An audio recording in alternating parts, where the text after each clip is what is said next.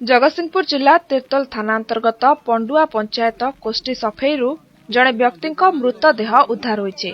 मृतक गोरड गाँवर 65 वर्षीय श्रीवत्स मल्लिक बोली जଣାपड़ी। तेबे सकाळु जड़े स्थानीय व्यक्ति सफेईरे जाल पकाउथिबा बेले एक मृतदेह भासुथिबार देखिबाकू पाइथिले। एही संपर्क में खबर पाई तिर्तोल पुलिस घटनास्थल में पहुंची तदंत आरंभ करथिले।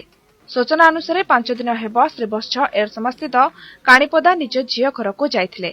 हेले फेरिबा बेले मुख्य रास्ता न देई कोष्टी सफेई बंधर अमड़ा बाटरे घर को फेरिथिबा बेले गोड़ खसी जिबारु मृत्युवरण करिथिबा संदेह करा जाउछे। घर लोक निखोज दिन ठारू खोजाखोजी करुथबा बेले अजणा व्यक्तिंक मृतदेह भासुथिबा खबर पाई बहु झियो ज्वाई घटनास्थल में पहुंची श्रीवत्स को चिन्हट करिबा परे पुलिस शवकू जबत करी व्यवच्छेद पई पठाइछि। Jagatsinghpur bureau chief Subrata Malik report, Mahak TV news.